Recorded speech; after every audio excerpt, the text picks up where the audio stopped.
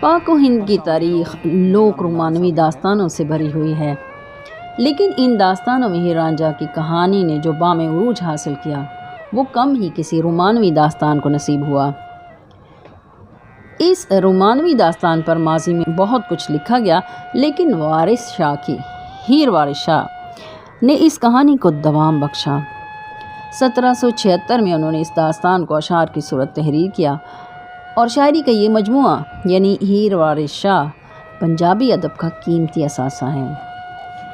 پنجاب کا شہر جھنگ، جس کی وجہ شہرت ہیر رانجھا کا مزار بھی ہے، یہاں ہر سال 8 سے 11 محرم کو ان کا عرس منایا جاتا ہے۔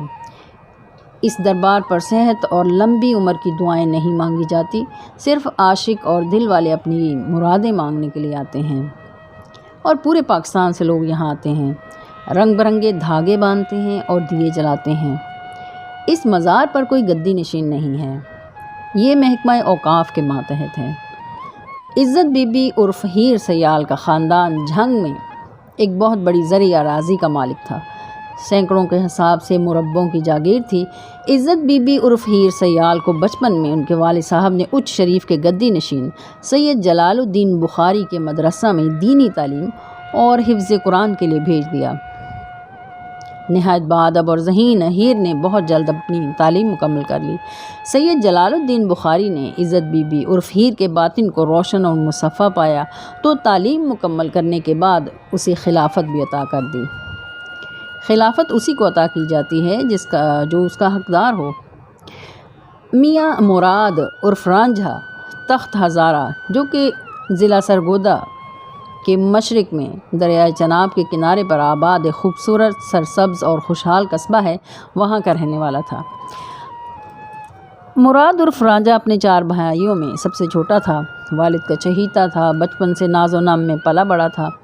والد کی وفات کے بعد شادی شدہ بھائیوں نے اپنے چھوٹے بھائی کو والد کے ترکے میں سے حصہ دینے سے انکار کر دیا تو رانجھا تخت ہزارہ چھوڑ کر جھنگ آ گیا اور ہیر کے والد کے پاس نوکری کر لی۔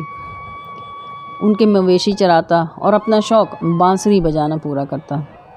ایک مرتبہ سید جلال الدین بخاری جھنگ تشریف لائے تو انہوں نے نوجوان رانجھا کو بانسری بجاتے سنا تو اپنے پاس بلایا اور فرمایا، ہمیں بھی سناؤ، کیا بجاتے ہو؟ کچھ دیر سننے کے بعد فرمایا، اس میں سے اللہ ہو والے سر نکلتے ہیں جنہیں سن کر دل کی حالت بدل جاتی ہے۔ رانجھا ان کی نورانی اور باروب شخصیت سے بہت متاثر ہوا۔ رانجھا نے اس شرط پر بانسری بند کی کہ پہلے مجھے اپنا مرید بنا لیں۔ انہوں نے فرمایا، مرید میں نہیں بنا سکتا کیونکہ ہیر کو میں خلافت دے چکا ہوں، اب آپ ان سے درخواست کریں۔ رانجھا نے عزت بی بی عرف ہیر سے روحانی تعلیم حاصل کرنی شروع کر دی۔ ہیر کے چچا قیدوں کو ان پر شک تھا، جس کا اظہار وہ اکثر کرتا رہتا تھا، حالانکہ ان کا سلسلہ کچھ اور تھا۔ جب کسی نے بھی قیدوں کی بات نہ مانی تو وہ دشمنی اور عداوت میں ان کو قتل کرنے کا ارادہ کرنے لگا۔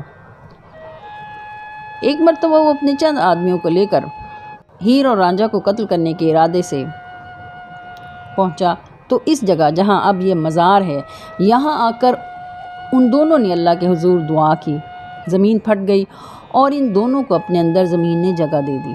یہ دونوں زمین کے اندر اتر گئے اور پھر زمین دوبارہ برابر ہو گئی۔ جو لوگ ان کو مارنے آئے تھے وہ حیران رہ گئے کہ آج تک ایسا معجزہ نہیں دیکھا۔ اس جگہ پہلے کچی قبر بنا دی گئی، کئی سالوں تک اسی طرح رہا۔ ایک مرتبہ بہلول لودھی بادشاہ کا یہاں سے گزر ہوا، اپنی سپاہ کے ساتھ رات اس نے اس جگہ قیام کیا۔ خواب میں اسے عزت بی بی عرف ہیر کی زیارت ہوئی۔ اگلی صبح بادشاہ نے وہاں سے جانے کا ارادہ کیا تو اس کی شاہی سواری خراب ہو گئی اور سب کو وہیں ٹھہرنا پڑا۔ خواب میں بادشاہ کو رانجھا اور ہیر نے کہا کہ ہمارا مزار تعمیر کرو۔ چنانچہ بادشاہ نے مزار کی تعمیر شروع کروا دی۔ جب مزار مکمل ہوا تو چھت گر گئی۔ بادشاہ کو پھر اشارہ ہوا کہ چھت یا گنبد بنانے کی ضرورت نہیں، آپ کا کام مکمل ہوا، اب آپ اپنی سپاہ کے ساتھ واپس چلے جائیں۔ یہ جو بات مشہور کی گئی ہے نا کہ چھت کے اوپر جو جگہ خالی ہے وہاں سے بارش نہیں آتی، بالکل غلط ہے۔ یہ تو کھلی ہی اس لیے چھوڑی ہے کہ اللہ کی رحمت اندر آئے۔ ہیر اور رانجھا دونوں اسی جگہ دفن ہیں۔ یہاں آنے والوں کی مرادیں اللہ تعالیٰ قبول فرماتا ہے۔ عشق حقیقی میں فنا ہونے والے عاشقوں کا یہ مزار ہے۔ اب اس دربار کے ارد گرد سینکڑوں قبریں بھی بن چکی ہیں۔ ایک بار یہاں آنے کے بعد دوبارہ آنے کو دل ضرور کرتا ہے۔